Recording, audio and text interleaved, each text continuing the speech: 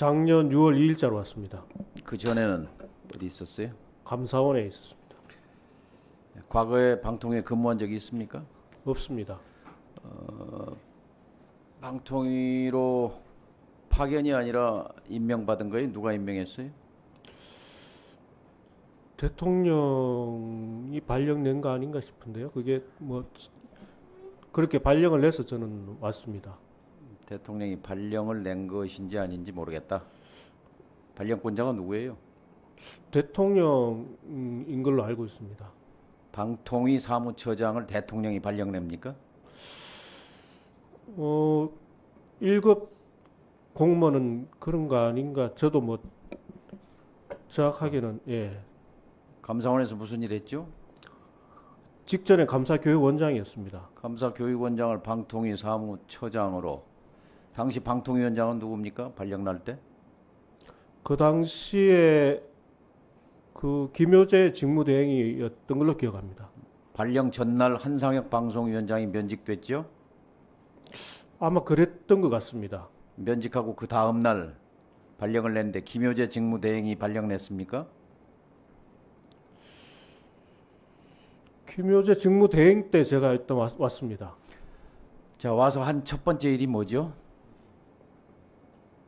뭐 구체적으로 그러니까 여러 가지 뭐 업무에 대해서 파악도 했었고요. 경찰, 검찰, 국세청, 감사원 파견받는 일이 첫 번째 임무였죠. 14명.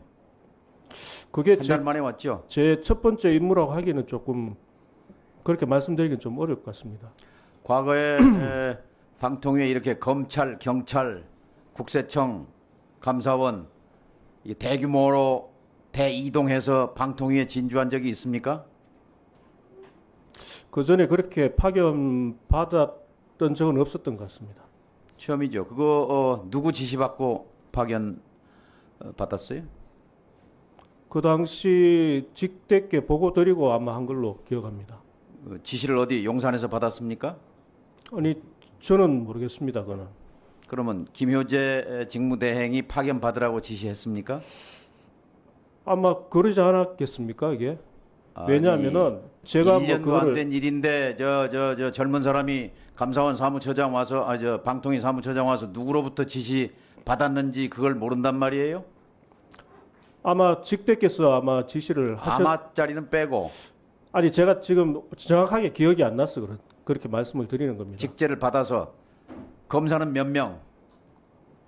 그것도 저 직대가 숫자를 정해 줬습니까?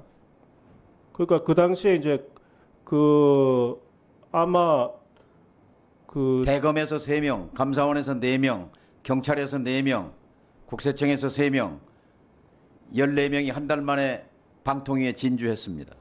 한 일이 뭐지요 와서? 그 팀이 처음에 방심이 회계 검사를 했었습니다. 회계자 빼고 어쨌든 방통위 자체 감사 그리고 박문진 이사 사찰 감찰 사정 감찰 사찰 다른 말로 하면 뒷조사 팀 운영한 거 아니에요? 뭐 그렇게 말씀드리기는 어려울 것 같습니다. 우린 정식적인 업무를 했었습니다. 무슨 업무예요? 뭐 감사 업무를 한 거죠. 지금 감사관실 정규 그 조직으로 편제로 있죠? 그렇습니다. 몇 명 있습니까? 정확하게 6명 있잖아요, 감사관. 평상적인 업무 수행하는 감사관실 6명 있는데 별도로 대검찰청, 국세청 6명은 아닙니다. 6명이 아니고 감사원, 경찰 14명 대규모 인력 파견 받아서 박문진, EBS, KBS, 방통위 뒷조사 사찰팀 운영한 거잖아요. 그 책임자가 조성은 처장이잖아요. 그거 하라고 감사원에서 파견 받은 거잖아요. 그거 지금은 몇 명 남아 있어요? 현재 지금 현재 그 파견 사무처장이 몇 명인지 몰라요? 아니 제가 말씀을 드리려고 하는 겁니다. 검찰에서 2명이 있고요. 그리고 감사원에 3명이 와 있고 경찰 2명, 국세청 1명 이렇게 있습니다. 네, 지난 시간에 질의를 안 하셨기 때문에 5분 더 드리겠습니다. 네, 한번 건너뛰셨어요. 10년의 신군부는 보안사 안기부가 MBC의 기관원을 파견했습니다. 상주했어요. 상주. 사찰했어요. 매일매일. 기자 성향을 보고했어요. 간부들 일일이. KBS에 또 각급 정부기관에 이게 군사정권의 방송 장악 시스템이었어요. 지금은 보안사 없어졌습니다. 국정원 대신 신군부가 했던 방송 장악 시스템 대신 지금 방통위에 이 14명의 사찰팀을 운영한 거예요. 뒷조사팀을. 즉각 해체해야 합니다. 원대 복귀시켜야 합니다. 물론 사무처장 권한 바뀌지만 이거 온당한 일이라고 생각해요? 아니 감사 업무를 좀 강화하기 위해서 됐습니다. 예. 우리 이진숙 후보자께 묻습니다. 예. 방통위가 이렇게 사정기구화돼서 방송사들, 방송기관을 사찰하고 뒷조사하는 것에 대해서 개인의 견해는 뭡니까? 제가 사찰인지 여부도 모르겠고 어떤 일이 있었는지 제가 확인이 안 되기 때문에 답변을 드릴 수 지금 없습니다. 14명이 파견받은 사실에 대해서 방통위원장이 되고자 하는 후보자로서 그것이 적절합니까? 사실 확인을 하고 난 다음에 말씀드리도록 사실이 이미 하겠습니다. 벌어져 있는 일이고 14명이 파견 왔단 말이에요. 그 사실에 대해서 같이 판단을 묻는 것입니다. 관련 업무가 있어서 파견됐을 거라고 생각하고 있습니다. 바로 그런 태도 때문에 이진숙 후보자가 자격이 없는 것입니다. 방송의 중립성, 객관성, 독립성을 입에 올릴 자격이 없는 것입니다. 조성은 위원장, 처장. 예. 자, 이 파견 과정에서 직권 남용의 소지가 있는지 없는지 국정감사를 통해서 분명히 짚어볼 것입니다. 들어가십시오. 수많은 가짜 뉴스가 있었어요. 네. 저도 대선 때 이제 공보단 일을 했으니까 네. 자꾸 지금 김만배 무슨 뭐 이거 잡은 권력이니까 쓰고 있습니다. 네. 대표적인 게 국감장에서 한 국민의힘 의원이 사진을 흔들어댑니다. 네. 이재명 도지사 네. 20억 원 조폭자금 받았다. 네. 20억 원입니까? 수억 원입니까? 그런 보도 기억나시죠? 저희 뉴스타파에서 그 박철민 씨 편지나 돈다발이 가짜라는 걸 밝힌 게 저희 매체입니다. 그렇죠. 불과 몇 시간 안 돼 진실이 드러났어요. 그러고 난 다음에 그 매체들 사과했습니까? 그 장영화 변호사님은 아마 공천을 받고 출마를 하신 걸로 제가 알고 있습니다. 검찰이 기소를 안 했어요. 네. 우리 당이 재정 신청을 했습니다. 미안합니다. 우리 당 표현이 민주당이. 네. 그리고 이제 기소가 됐지요. 재판받고 있고. 그 어마어마한 가짜뉴스를 폭로하고 그 의원 멀쩡하죠. 처벌 안 받았습니다. 네. 그 보도한 언론사들 사과했습니까? 그거를 보도한 종편들 대대적으로 들었죠. 속보를 비롯해가지고. 기억나시죠? 네. 수많은 진영에 따라서 무리한 뉴스, 검증하는 뉴스 많이 썼습니다. 나중에 다 밝혀질 겁니다. 그리고 들어보니까 자꾸 이제 부산저축은행 부실 수사 의혹 아닙니까? 출발이. 네. 커피를 누가 탔느냐 그렇게 중요합니까? 묻었잖아요. 수사를 제대로 안 했다는 거 아닙니까? 박정원 의원님 말씀하신 걸 제가 들었는데요. 굉장히 큰 오류에 빠지신 것 같습니다. 왜냐하면 지금 검찰이 수사 내용은 김만배와 신양님이 2021년 9월에 허위 인터뷰를 하기로 마음을 먹고 만나서 허위 인터뷰를 했다는 거잖아요. 지금 근데 박정원 의원님께서는 그 허위 인터뷰 내용을 또 편집을 해서 편집을 한 게 또 허위다 이렇게 말씀하신 거예요. 만약에 허위 인터뷰를 기획하고 했다면 그대로 틀면 되지 그걸 왜 편집합니까? 그럴 필요가 없잖아요. 아까 말씀하신 대로 좀 아니, 저기 이따가 잠깐만- 기회 드릴게요. 잠깐만요. 잠깐. 그 제 시간 좀 멈추시고요. 멈춰주세요. 왜 자꾸 멈추시고요. 질의하고 있는데. 박정훈 의원님 질의할 기회 드리겠습니다. 예, 계속하십시오. 예, 그거 빼주세요. 네 뺐어요. 그렇게 자꾸 끼어들지 마시고 좀 들으신 다음에 하십시오. 말씀하신 대로 그렇게 이제 여러 가지 일들이 벌어졌는데 지금 본인들 보고 싶은 건 보고 있어요. 아까 저기 쪽 우리 봉지욱 기자가 쭉 요일별로 한 거 저도 기억이 납니다. 네. 대대적인 수사단을 꾸렸어요, 검찰이. 지금 나온 게 뭐가 있습니까? 거의 군사작전을 방불케 했고요. 예. 10명 이상의 그 수사단을 꾸렸다가 지금은 2명이 하고 있는 걸로 알고 있습니다. 그러니까 거의 사실상 저희가 봤을 때는 수사를 포기한 게 아니냐, 이런 게 법조 기자단에서 나오는 얘기입니다. 지금까지 만약에 저에게 민주당에서 어떤 자료를 주거나 김병욱 의원을 제가 만났다거나 처음에 압수수색 영장은 그렇게 나왔으나 관련해서 밝혀진 게 단 하나도 없습니다. 그래서 얼마 전에 제가 아주 그 언론계에서 그래도 신뢰도를 갖고 있는 언론이 쓴 칼럼을 봤습니다. 윤석열 검찰 사단의 특징. 한 번씩 일독을 제가 권할게요. 아는 게 좋아요. 왜냐하면 윤석열 검찰은 그냥 마구잡이로 돌을 던진답니다. 죄가 있거나 없거나 나중에 무죄가 나거나 말거나 돌을 던진답니다. 그중에 한두 개만 맞으면 상대가 치명상을 입기 때문에 그따위 식으로 수사를 해온 거예요, 지금까지. 야당과 전 국민을 상대로. 본인들 얘기하잖아요. 수사 들어가고 기소하면 못 참고 나자빠진다고. 패가망신하고. 그런 식의 수사를 해왔습니다. 제가 시간 아까우니까 이 말까지만 하고 다른 거 좀 물어볼게요. 그렇게 억울하면 특검합시다. 그 대선 때 캠페인 했잖아요. 뒤에다가 백드롭 쳐가지고 특검을 거부하는 자가 범인이다. 합시다.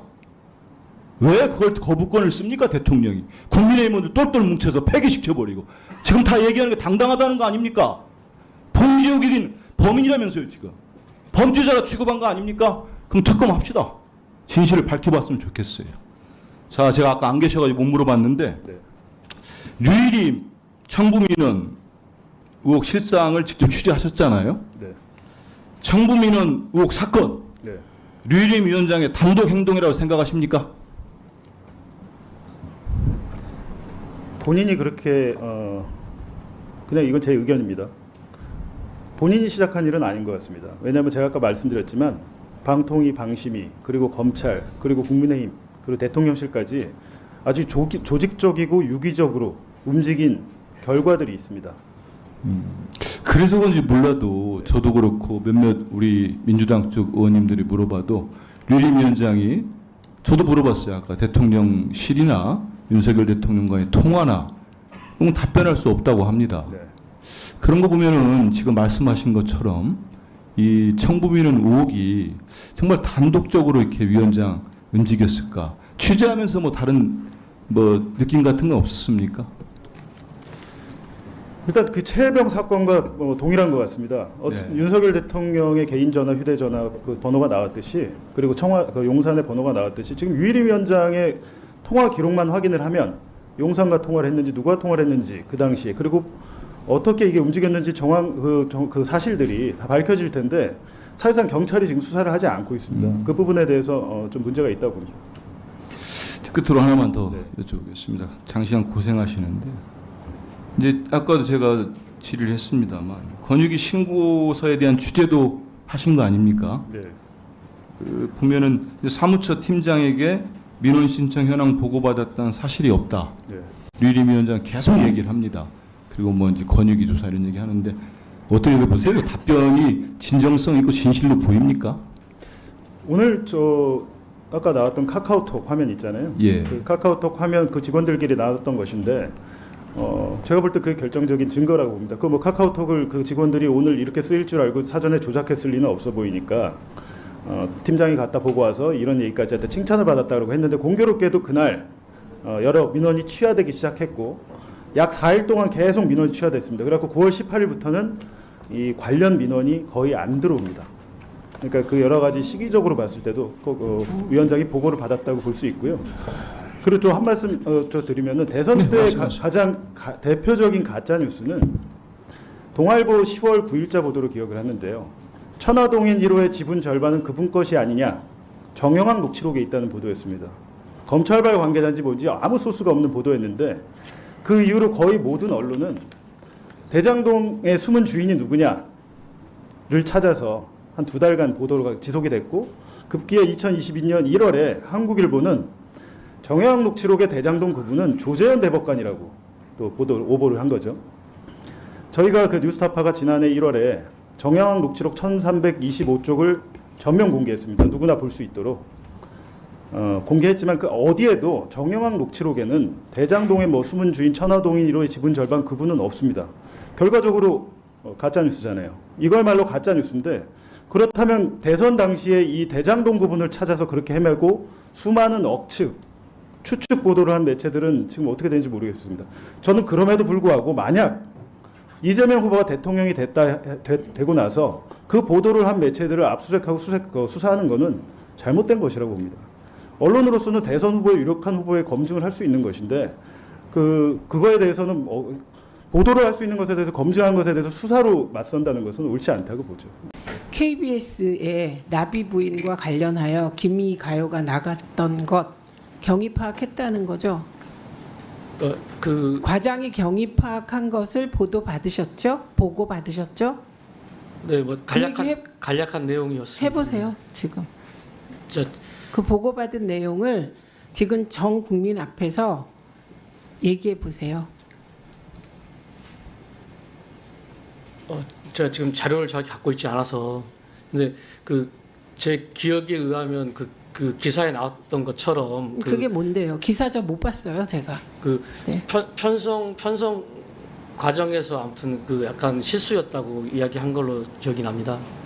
그거 서류로 각 의원실에 전부 자료 제출해 주시기 바랍니다. 그리고 김영관 국장님, 네. 그 당적 결격 사유 확인에 대한 답변 과정에서 당사자들이 스스로 말한 것을 믿고 결격 사유에 해당하는 사람은 없었다고 답변하셨죠? 네, 결격 사유 확인서로 확인을 했습니다. 뭐 같은 말이죠. 그러면 실제로 지금 방통위가 선임한 13명 중에 지난 3년간 당적을 보유한 사람이 있는지 없는지 실제 사실관계는 확인하지 못한 거죠? 네, 당으로부터 회신을 받지 못했습니다. 네, 그러니까 본인이 그냥 본인들 답변만 믿고 그냥 넘어갔다 이 얘기하고 있는 거예요. 그러면 이건 뒤집어서 보면 실제로 지난 3년간 당적을 가진 사람이 있을 수도 있는 거예요. 없을 수도 있고, 그죠? 네, 저희는 하여튼 기한을 정해서 요청을 했습니다. 네, 그런 거죠. 그러니까 확인은 못했다. 이게 팩트인 거예요. 그 다음에 혁신기획 담당관이 국민의힘 쪽에 보낸 문건이 탄원서도 아니고 공문도 아니다. 이런 입장이신 거죠? 네, 그렇습니다. 근데 이게 특정 언론에 이게 어디였나요? TV조선이었나요? 조선일보였나요? TV조선이었나요? TV조선에도 이 혁신기획 담당관이 같이 문건을 준 건가요? 모르시겠죠? 그거는 모르겠는데. 그래서 본인이 예. 나와야 되는 거예요. 얼버무리고 넘어갈 수가 없죠. 왜냐하면 이 사안은 그냥 넘어갈 수가 없는 사안이죠. 그 언론 보도에 따르면 이게 국회에는 제출을 안 했는데 이게 TV조선에서 그대로 이게 화면까지 나갔어요. 예, 그 화면 내용에 보면 방통위 사무처 직원들이 여름 휴가는커녕 주말에 나와 이 더운 날씨에 에어컨도 안 나오는 사무실에서 고생하고 있는 상황이 안타깝다. 뭐 이렇게 써놨네요. 본인한테 물어봐야 돼요. 어떤 고생을 했나요? 나와서 뭐 했나요? 뭐 주말에도 뭐 나야 되는 상황들이 생기니까 아마 주말에는 에어컨을 틀어주지 않아서 사무실에서 아마 뭐 되게 힘들게 아마 일을 했던 거 아닌가 싶습니다. 그 무슨 일 했어요? 아니 뭐 여러 가지 여러 가지 뭐 했어요? 지금 예. 방통위가 국회에 자료를 제대로 냈습니까? 답변을 제대로 했습니까? 답변은 이게 주로 준비하는 게 위원장이나 대행의 답변 준비를 했을 텐데 그런데 답변을 제대로 한 게 있습니까? 자료를 제대로 제출한 게 있습니까? 뭐 하느라고 고생을 한 거예요? 이거 답을 직접 못 하시겠죠. 제가 보기에는 이 고생한 이유는 국회 때문이 아니에요. 말도 안 되는 답변에 대한 자료를 혹은 논리를 제공해야 되기 때문에 고생한 거예요. 왜 엉뚱한 데다가 책임을 돌리고 엉뚱한 데다가 지금 화살을 손가락질하고 화살을 돌리십니까? 그리고 국회가 갑질의 오명을 뒤집어 쓰지 않도록 뭐가 갑질인데요? 국회의원들은 아무것도 안 하고 누워 있으면서 청문회를 하면 갑질이겠죠. 근데 고생은 제가 보기에는 국회의원 보좌관들이 더 하고 있어요. 질문해야 되니까요. 질문을 제대로 해야 되고 자료로 뒷받침해야 되니까. 근데 보좌관들 누구도 공문을 띄워서 특정 언론사에 이런 거 안 보내거든요. 법을 만드는 입법기관이 이래서는 안 된다? 입법기관이 법만 만드나요? 청문회는 국회가 하는 고유의 권한이에요. 국회가 제대로 일하겠다고 하는데 방통위 직원이 지금 이 자리에도 안 나오고 있고 이게 뭐 하는 겁니까? 대통령이 야당을 반국가 세력으로 지목하고 암약했다고 하고 전 국민이 항전하라고 하니까 이런 식으로 항전하는 겁니까? 그거 그 야당을 반국가 세력이라고 대통령이 얘기했다고 읽으면 그거 오독이에요. 왜냐하면 대통령의 표현은 반국가 세력이 암약한다 그랬어요. 암약. 저희는 암약하지 않습니다. 지금 이 방송도 전 국민이 볼 수 있거든요. 그러니까 그 과장이 그랬다면 오독이에요. 오독. 그러니까 저 추가 질의할 때까지 나오게 하세요. 그리고 이분이 나이가 몇 살입니까? 77년생이라고 들었는데 그걸 왜 사무처장이 대신 유감 표명을 합니까? 국민의힘의 스스로의 판단으로 공문인지 탄원인지 정체가 불분명한 문건을 통하여 이런 호소를 한 거잖아요. 호소. 저는 이게 자발적으로 한 건지 직무대행이 시켜서 한 건지 누가 시킨 건지 확인해야 되겠으니까 그 보충 질의할 때 하기 전까지 출석하게 하십시오. 잠깐 세워주시고요. 조능희 참고인 나와주십시오.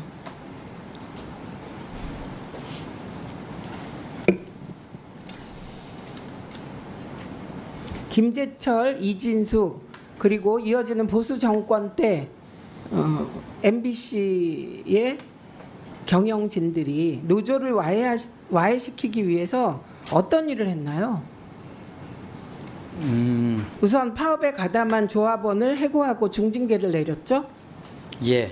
네, 그래서 그때 해고자가 8명, 징계가 100여 명, 195억의 손해배상 청구, 업무 방해, 형사고소 등의 부당 탄압을 당한 사실이 있죠. 네, 그렇습니다. 그리고 징역형을 구형받았을 때, 그러니까 형사재판에서 네. 노조 집행부가 그런 것들이 다 이용마 기자의 건강에 영향을 미쳤다고 보시는 거죠? 네. 사실 그 이용마 기자가 최초로 그 암 진단을 받은 날 저에게 제일 먼저 알렸습니다. 제가 그때 노조위원장이었고요. 문자로 받았는데 재판 중이었고요, 물론. 저희는 그렇게 생각합니다. 아까 말씀드렸다시피 그 언론사, 방송사, 노동조합은 정치 권력과 국가 권력 그리고 그 정치 권력에 기생하는 경영진, 정치 권력과 결탁한 경영진을 상대로 방송 독립, 자유 언론을 주장했고요.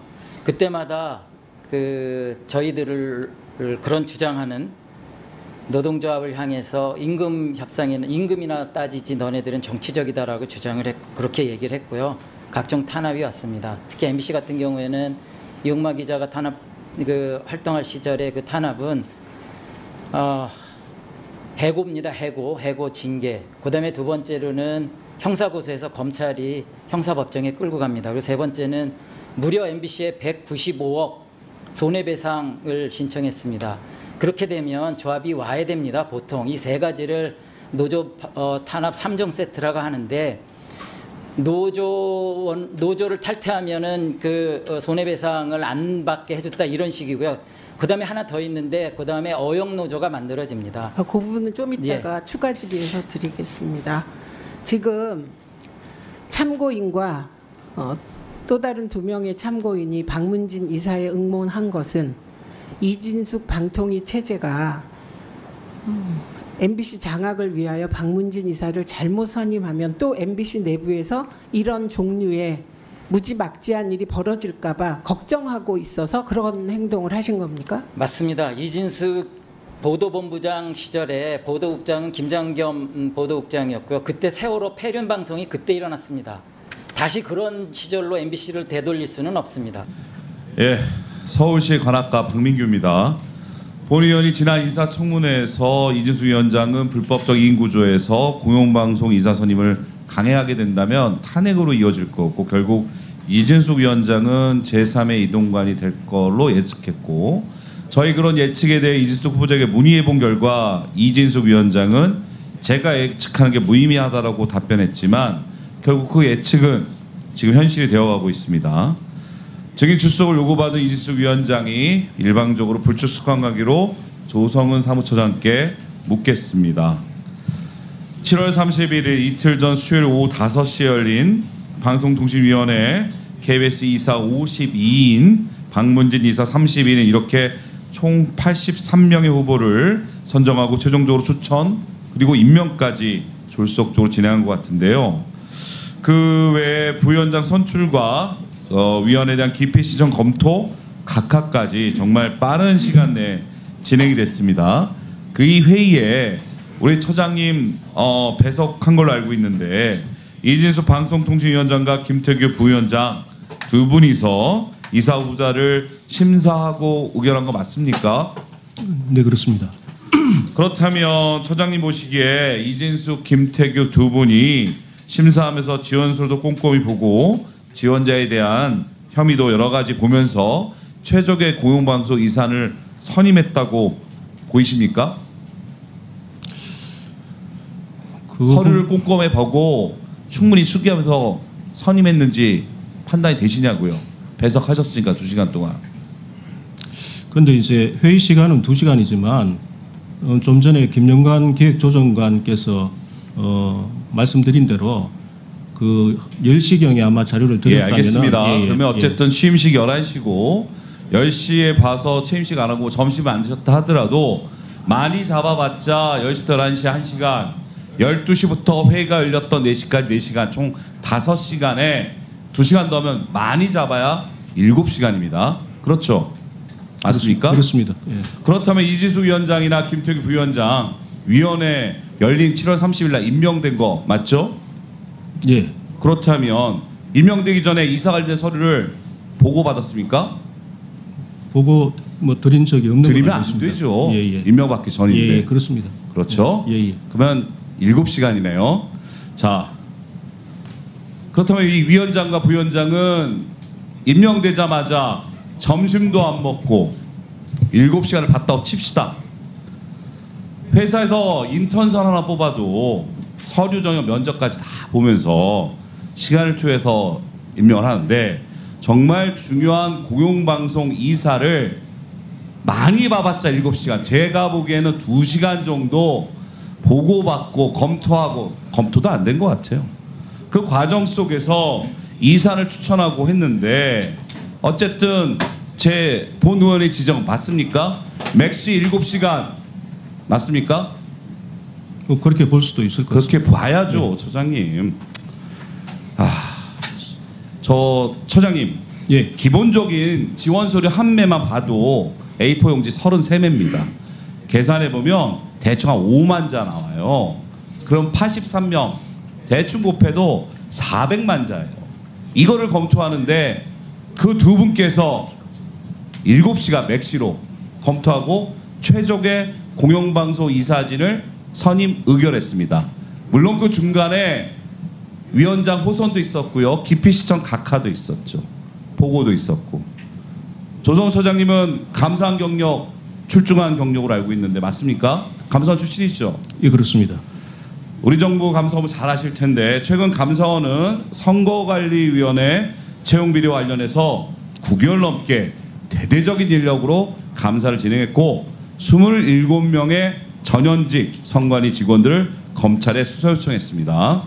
만약에 정부기관이나 지방자치단체에서 2명의 심사위원이 80명이 넘는 지원자를 400만 자라는 글자를 검토하면서 많아야 7시간, 적으면 2시간 만에 지원서를 검토하고 최종 대상자 선발해서 발표했어요. 그렇다면 게다가 그분들이 우리나라 공영방송의 이사진을 결정하는 중요한 인사였는데 거기에 과정돼서 배석하시면서 본인의 전문성에 따라 최근에 본인의 친정이었던 감사원이 선관위를 그렇게 졸속 심사하고 부정있다고 수사까지 의뢰했는데 문제제기 안 하셨습니까? 했습니까? 안 했습니까? 대답하세요. 아니 특별히 문제 제기 없었다고 생각했겠죠. 예, 안 했습니다. 예, 예. 저기 처장님 감사 책임자라면 예전에 감사 전문가시고 지원자가 80명이 넘는데 다시 말씀드리면 400만 자예요. 그거를 2시간 또는 많아 7시간 여기에 대한 문제제기가 없다면 도대체 어떤 자격으로 방송통신위원회 사무처장을 맡으십니까? 그 과정 속에 문제제기가 없었다고 문제제기 안 했다는 것 또한 문제입니다.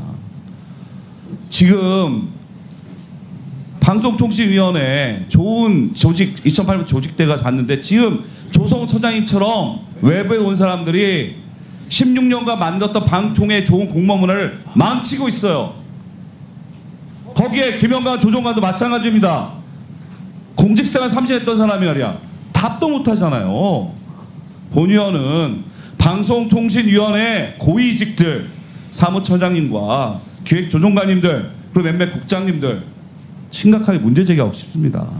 그리고 오늘 안 나왔지만 이 자리에 나올 부위원장님, 위원장님 증인신청 통해서 명명백백하게 윤석열 정부의 무도한 공영방송 장악을 위해서 방송통신위원회는 우리나라의 세금으로 운영되는 유능한 집단을 망친 거에 대해서 본 의원은 거기에 집중적으로 문제 제기할 겁니다. 그리고 다음번부터 조성창님 이 감사 관련된 사례를 제가 집중할 거니까요. 답변 준비해 오시고 관련된 감사 전문가로서 경력으로 좋은 답변해 주길 기대하겠습니다. 이 업무는 제 소관 사항이 아니어서 답변 드리기가 어렵습니다. 양해 부탁드립니다. 아니 아닙니다. 곽진희 배석자님 이 업무 하셨어요. 저 기억합니다 제가. 그러니까 과거 통상적인 관례를 설명드리세요. 어떤 절차를 거쳐서 임명이 되어 왔다 이렇게요. 위원장님 죄송한데요. 제가 지금 방송통신위원회 공무원으로서 근무하기 전에 업무와 현재 업무는 다르다고 생각을 하고요. 현재 방송통신위원회 그 이사 추천과 관련된 직무를 제가 한 바는 없어서 제가 이 업무에 대해서 답변 드리는 것은 적절하지 않은 것 같습니다. 죄송합니다. 양해 부탁드립니다. 이 조직은 없애는 게 낫겠습니다. 들어가세요. 조인철 위원님 문제제기 받아들여서 정말 신중하게 논의하도록 하겠습니다.